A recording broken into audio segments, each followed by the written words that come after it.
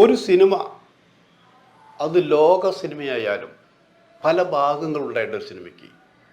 അപ്പോൾ ഒരു ഭാഗം, രണ്ട് ഭാഗം, മൂന്ന് ഭാഗം, നാല് ഭാഗമൊക്കെ വരുമ്പോൾ അത് ഒന്നിനൊന്ന് മെച്ചപ്പെട്ട രീതിയിലാണ് നമ്മൾ ലോക സിനിമ കാണുമ്പോൾ നമുക്ക് മനസ്സിലാക്കാൻ പറ്റുന്നത്. അതിൻ്റെ ചുവട് പിടിച്ച് ഒരുവിധം കുഴപ്പമില്ലാതെ വന്നത് മമ്മൂട്ടിയുടെ സിനിമയാണ് CBIയുടെ ഒരു കുറിപ്പനി വന്നിട്ടുള്ളത്. അതിനോടൊപ്പം എത്താൻ ചിലരൊക്കെ ശ്രമം നടത്തി നോക്കി. ശ്രമം നടത്തിയെങ്കിലും അത് വിജയത്തിലെത്തിയില്ല. 2 ഭാഗം 3 ഭാഗം വരെ എത്തി അങ്ങനെ നിൽക്കുകയാണ് ശരിക്കും. കാരണം എന്താ പറയുക, നമുക്ക് ഇത് പറയുന്നവർക്ക് ഇത് പറയാം, കുറ്റം പറയാം. അതിങ്ങനെ നമ്മൾ നല്ല വെടിക്കെട്ട് കിട്ടില്ല, ഇങ്ങനെ വെടിക്കെട്ട് ഇങ്ങനെ തുടങ്ങി ഒന്ന് പൊട്ടി ഒരു കൂട്ടപ്പൊരിച്ചിൽ വരുമ്പോൾ ഇത് രസമല്ലേ. ആ കൂട്ടപ്പൊരിച്ചിലാണ് എൻ്റെ ക്ലൈമാക്സ് സിനിമയുടെ 3-ാം ഭാഗം.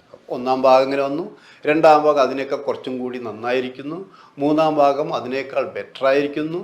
അപ്പോൾ ഗുണനിലവാരത്തിലും സാമ്പത്തിക നിലവാരത്തിലും കുറേ ഓരോ സിനിമ കഴിയുന്തോറും ഓരോ ഭാഗം കഴിയുന്തോറും മെച്ചമായിരിക്കണമെന്നുള്ളതാണ്. എന്നാൽ ചില സിനിമയ്ക്കോ 2-ാം ഭാഗം പറ്റില്ല. നമ്മളൊക്കെ പറയും 2-ാം ഭാഗം വരട്ടെ എന്ന് പറഞ്ഞാലും സംവിധായകൻ സമ്മതിക്കണമെന്നില്ല, എഴുത്തുകാരൻ സമ്മതിക്കണമെന്നില്ല. ആ മമ്മൂട്ടി അഭിനയിച്ചാലും കൊള്ളാം, മോഹൻലാൽ അഭിനയിച്ചാലും കൊള്ളാം. അപ്പോൾ നിങ്ങൾ ചോദിക്കും, മോഹൻലാൽ അഭിനയിച്ചാൽ ശരിയാവില്ലേ? ശരി, മോഹൻലാലോ മമ്മൂട്ടി എന്നുള്ള ലക്ഷണം. ഇപ്പോൾ സ്ഫടികം സിനിമ എടുക്കുക, ഭദ്രൻ നല്ല ഡയറക്ടറാണ്.